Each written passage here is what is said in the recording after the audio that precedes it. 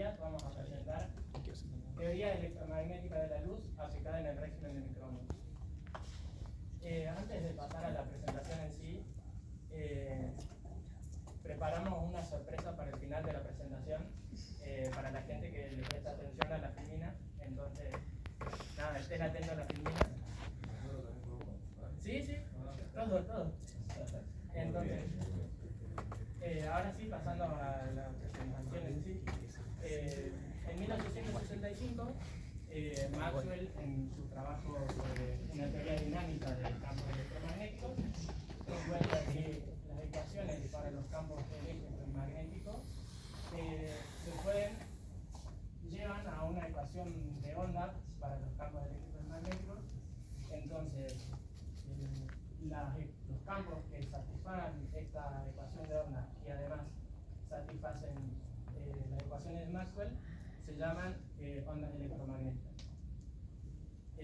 Cuando Maxwell publica su trabajo, ya se conocían valores experimentales, había medido mu0 y epsilon0 y además se había medido la velocidad de la luz. Entonces Maxwell encontró que la velocidad de propagación de esta onda, que es 1 sobre la raíz cuadrada de mu0 por epsilon0, coincidía con la velocidad de la luz. Entonces, ese acuerdo de resultados muestra que la luz y el magnetismo son efectos de una misma sustancia y que la luz es una perturbación electromagnética propagada a través de un campo de acuerdo a las leyes electromagnéticas. Entonces, no solo logra unificar en una sola teoría a los fenómenos de la luz, de la electricidad y del magnetismo, sino que también se encuentra, predice un amplio espectro de longitudes de onda, entre las cuales están la luz visible, los rayos X, las ondas de radio y en particular nosotros estudiamos las microondas. Bien, ¿cuáles fueron nuestros objetivos al realizar este experimento? Primero, familiarizarnos con el equipo. Después, caracterizar la onda que tenemos. ¿Qué significa caracterizar la onda? Ver si tiene una longitud de onda característica, ver si tiene una polarización, ver cómo es su decaimiento y otros factores. Luego, si vemos que es una onda electromagnética, queremos replicar experimentos que se hacen para la luz o para los rayos X, pero en regímenes de microondas. Bien, ¿qué hicimos en el laboratorio, Cristian? Bueno, está bien. Bueno, básicamente acá hay fotos de todos los experimentos que desarrollamos para verificar justamente que se cumplen los experimentos que se desarrollaron para longitud de onda en otro régimen, la luz visible, por ejemplo, y los rayos X en el régimen de microondas. Como ven, hicimos varios experimentos, entonces no solo tomamos mate.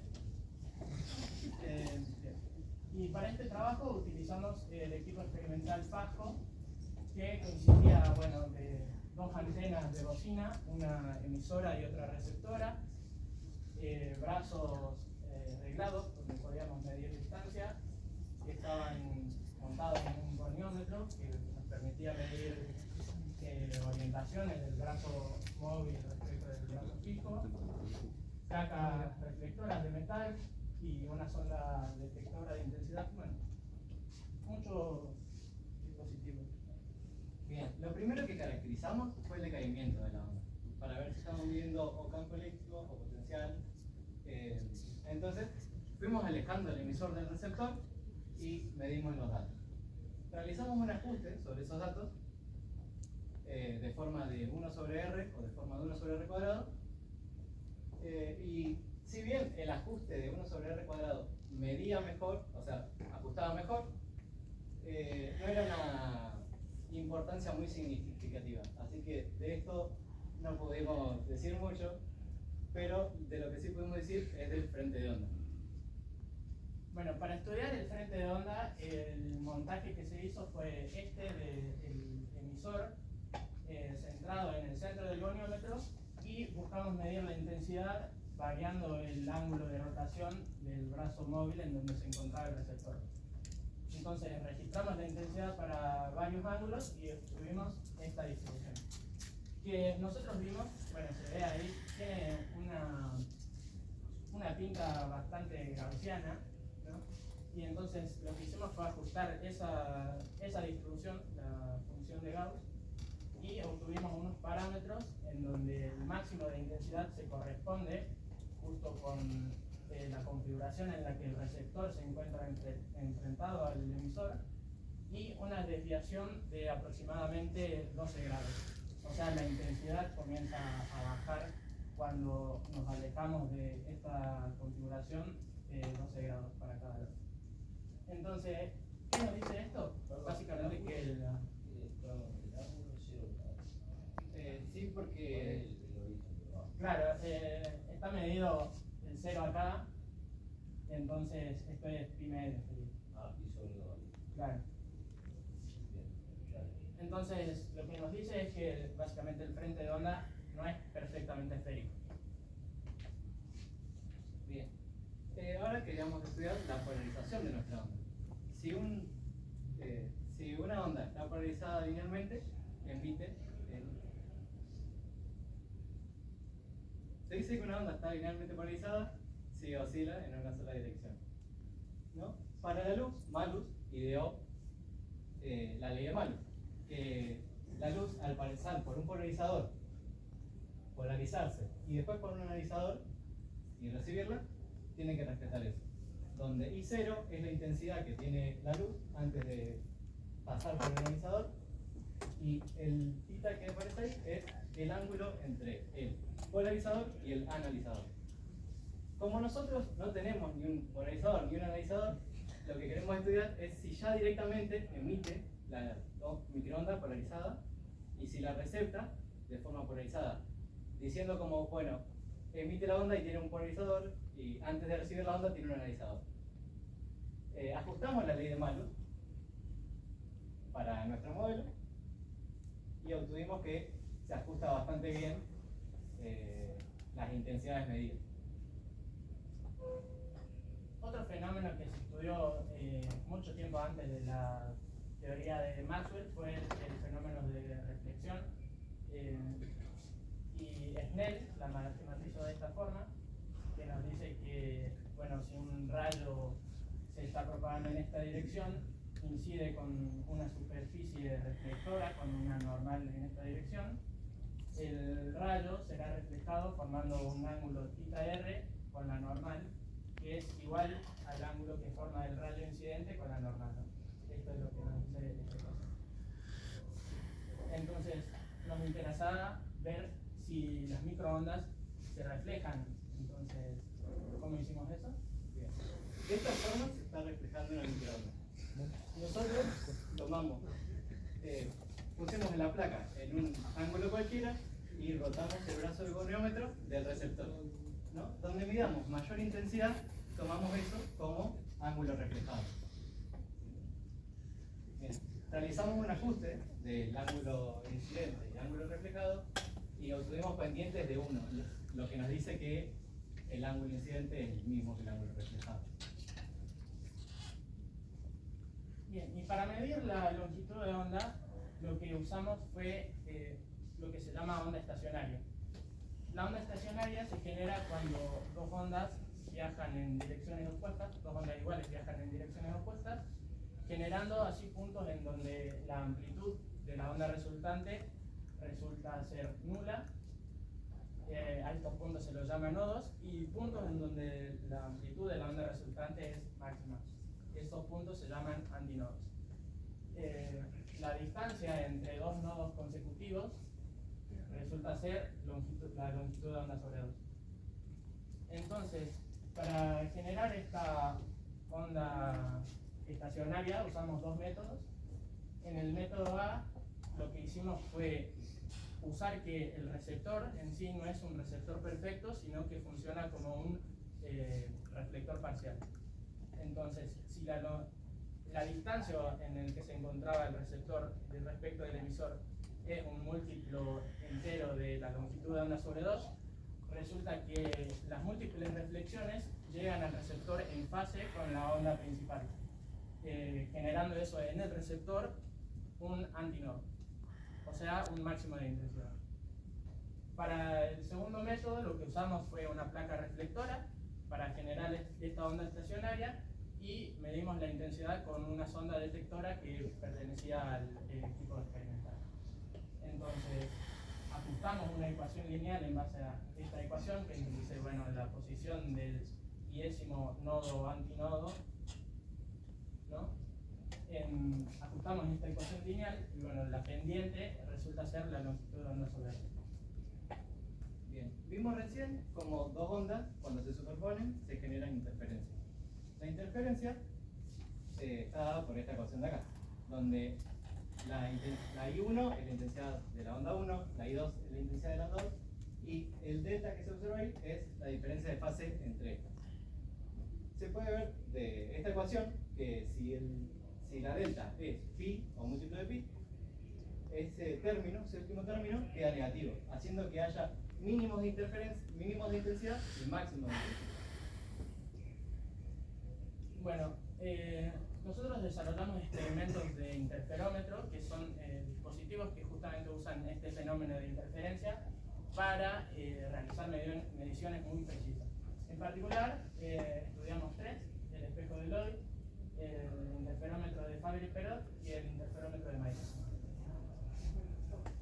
El espejo de Lloyd consiste en esta configuración en donde el emisor se encuentra enfrentado al receptor, por lo tanto existe un haz de la onda que viaja directamente del emisor al receptor y una placa reflectora de metal que se coloca con su superficie paralela al eje que une el emisor y el receptor, en donde una onda que viaja desde el emisor hacia la posición del receptor se ve reflejada hacia el receptor, y esta diferencia del camino recorrido produce una diferencia de fase y por lo tanto produce interferencia. Lo que hicimos fue medir la posición de la placa reflectora en la regla, que nos generaba mínimos de intensidad. Para el interferómetro de Fabry-Perot, lo que se hizo fue, con dos placas semireflectantes, generar una cavidad donde haya una onda estacionaria. Si la distancia entre estas dos placas es un múltiplo de la longitud de onda sobre 2, entonces el receptor capta un mínimo. Y para el interferómetro de Michelson, lo que usamos es una placa de madera semireflectante que actúa como divisor del haz incidente, generando dos haces que viajan de manera perpendicular y son reflectados por esas placas de metal y recombinados. Entonces la diferencia entre el camino recorrido por el haz que viaja para acá y el haz que viaja para acá produce interferencias, un fenómeno de interferencias, y lo que hicimos fue medir variando la posición de las placas reflectoras, buscamos los mínimos de intensidad. Bueno, realizamos estos ajustes lineales para obtener así una pendiente relacionada con la longitud de onda sobre 2, en donde se ven acá los números del enésimo mínimo y la distancia entre los mínimos. Obtuvimos los siguientes resultados. Bien. El manual del equipo nos daba una longitud de onda de 2,85 centímetros. Nosotros obtuvimos las demás y las comparamos en un régimen del 95% y nos dio que eran comparables, porque bueno, se puede ver que son muy parecidas a lo que dice el manual del equipo. Otro fenómeno que se da debido a la naturaleza ondulatoria de la luz es el fenómeno de difracción, que se produce cuando una onda incide con un obstáculo.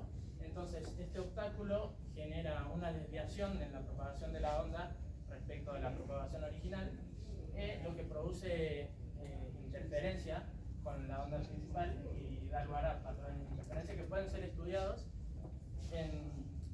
y esta interferencia depende de la geometría del obstáculo. Bien. Cuando el obstáculo se trata de una red cristalina, los átomos son los que actúan como dispersores y los máximos de intensidad siguen lo que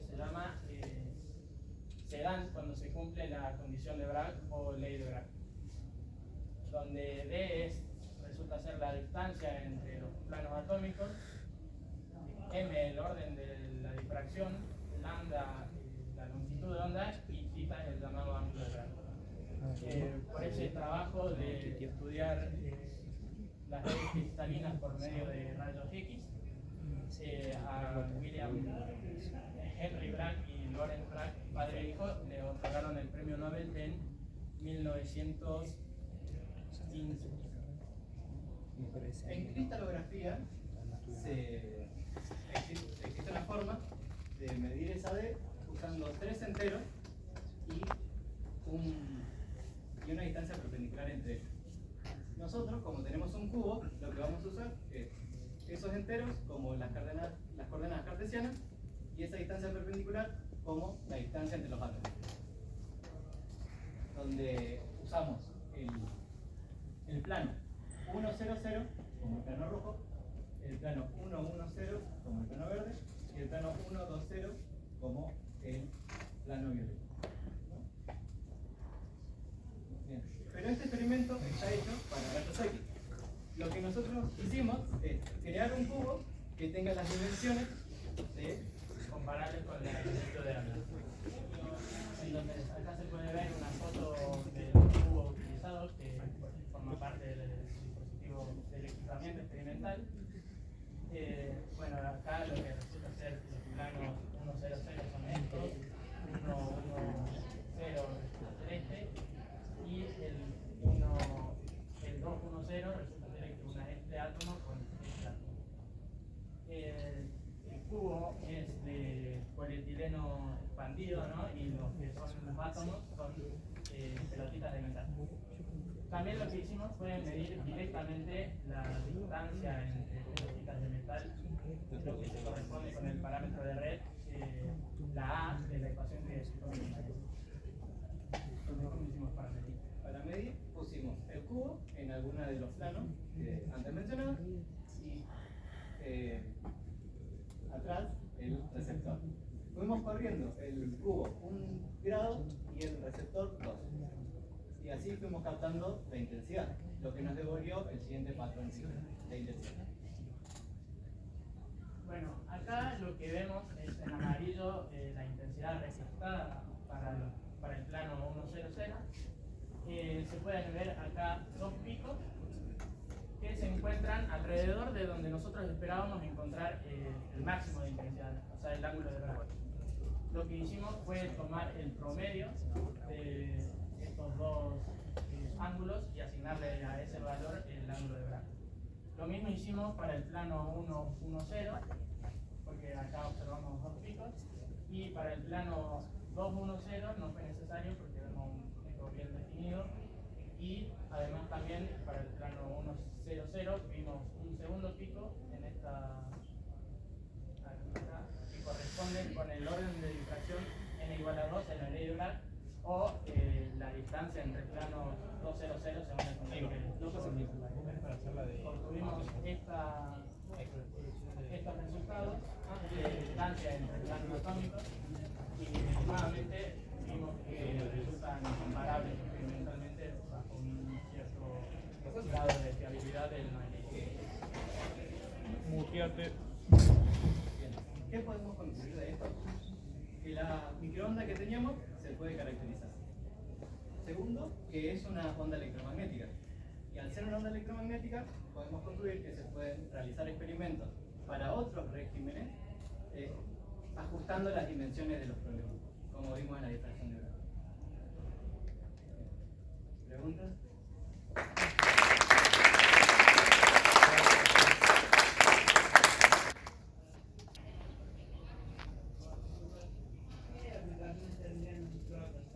Las microondas se pueden usar para muchas cosas. Por ejemplo, los satélites que utilizan microondas. Existe un satélite argentino, SAOCOM, que estudia la humedad del suelo, la vegetación, sirve para combatir plagas, que utiliza microondas que pueden atravesar las nubes. Otra aplicación que encontramos haciendo este trabajo fue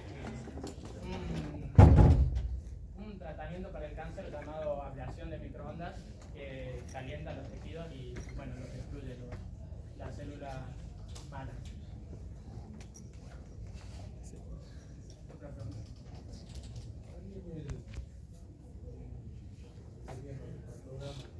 ¿Cómo?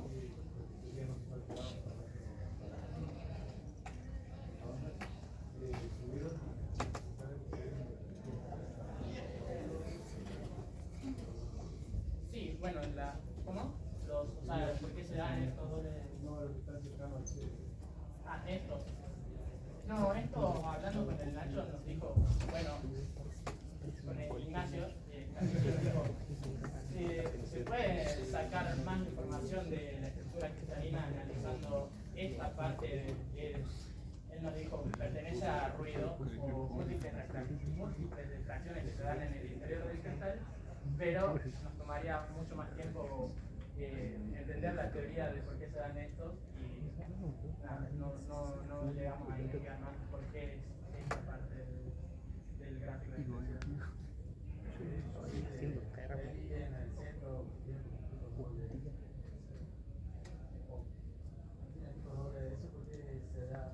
Sí, se da porque si no alineas bien el cubo, o sea, es un experimento muy preciso.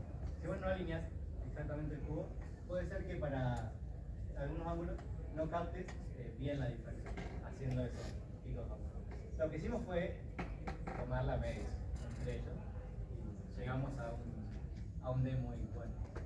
Ahí probablemente cuando midieron al principio vieron que midieron la divergencia, esos 12 grados, que decían que se abría el haz. Claro, entonces probablemente por ahí viene. No está incidiendo. Claro, la fracción de Bragg se cumple, o sea, lo desarrollaron porque es una onda plana. Claro. No se está cumpliendo del todo la condición de Bragg, entonces por eso se da esa definición. Algo que no sé si no quedó muy claro, pero ¿por qué decimos que el ángulo de Bragg, donde se da el máximo de intensidad, está entre estos dos ángulos? Lo que hicimos fue de acá despejar D, entonces, o sea, con el parámetro de red y con los índices de Miller que esperábamos en cada plano, obtuvimos el D y lo reemplazamos en esta ecuación, despejando el θ, que sería el θ esperado, que esperábamos obtener el ángulo de Bragg, y bueno, por eso dijimos, ok, si el ángulo de Bragg está en alguna parte entre estos dos picos.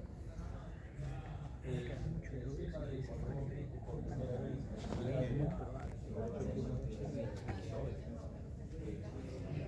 decaimiento depende de dónde?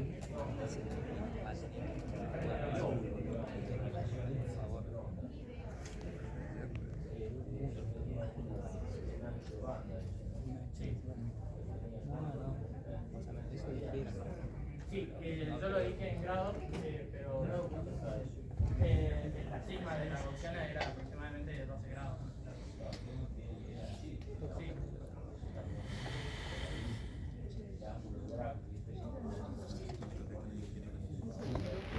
Sí, por eso la condición de Bragg es para ondas planas, pero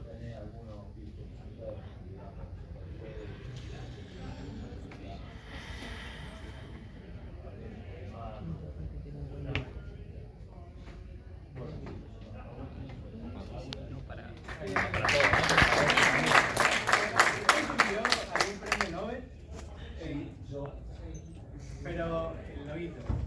Sí. bueno, El primero de los premios Nobel y uno emboscado de izquierda. Ganate un premio. Está buenardo. Es que... Yo sé todo. Yo lo vi, solo Soborno.